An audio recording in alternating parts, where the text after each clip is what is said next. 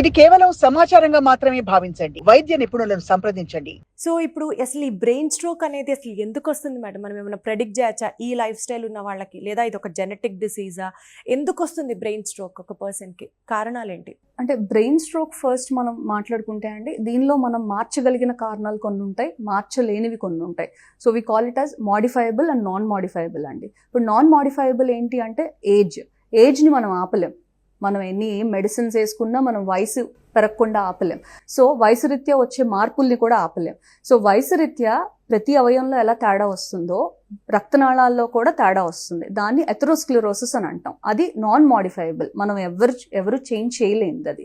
Next మోడిఫైయబుల్ ఏంటి అంటే, ఒక పేషెంట్ లాంగ్ స్టాండింగ్ డయాబెటీస్ ఉన్నా, లాంగ్ స్టాండింగ్ హైపర్ టెన్షన్ అంటే బ్లడ్ ప్రెషర్ ఉన్నా, ఆర్ ఒబెసిటీ ఉన్నా, హై కొలెస్ట్రాల్ లెవెల్స్ ఉన్నా, స్మోకింగ్ ఆల్కహాల్ హ్యాబిట్స్ ఉన్నా, దాన్ని గనక మనం కంట్రోల్లో ఉంచగలిగితే definitely we can delay the onset of stroke. కానీ జనరల్గా ఇప్పుడు డయాబెటీస్ కానీ బ్లడ్ ప్రెషర్ కానీ మేడం, చాలా మంది మేము కంట్రోల్లోనే ఉంచుకుంటున్నాం, మాకు రెగ్యులర్గానే ఉంది అన్న వాళ్ళకి కూడా over a period of time brain stroke వచ్చి అటాక్ అయిన వాళ్ళు కూడా ఉంటారు. అదే నేను చెప్పా. ఫస్ట్ నాన్ మోడిఫైయబుల్ రిస్క్ ఫ్యాక్టర్, వయసుని మీరు ఆపలేరు, వయసు రీత్యా వచ్చే రక్తనాళాల్లో మార్పుల్ని మీరు ఆపలేరు.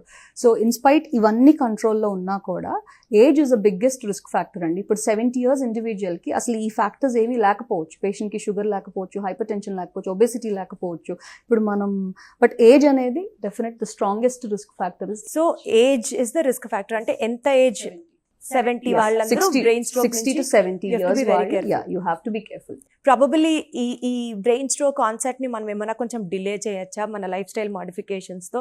ఆర్ ఇంకా అసలు మీరు అన్నట్టు అది నాన్ మోడిఫైబుల్, అంతే, ఇంకేం చేయలేమంట? ఏజ్ ని మోడిఫై చేయలేం, బట్ డెఫినెట్లీ అదే అంటున్నాను, లైఫ్ స్టైల్ మోడిఫికేషన్స్ చేసుకొని ఈ మోడిఫైబుల్ రిస్క్ ఫ్యాక్టర్స్ ని గనక మనం కంట్రోల్లో ఉంచితే డెఫినెట్ గా we can delay the onset of stroke. But complete గా ఇలా ఉంటే ఇంకా అసలు స్ట్రోక్ వచ్చే ఛాన్సే లేదు అని అయితే చెప్పలేమండి.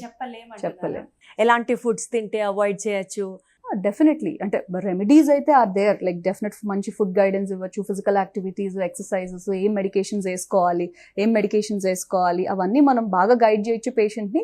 But what ever it is, it depends on the nature of the disease and nature of the amount of problems the patient is having, his age and his comorbid conditions.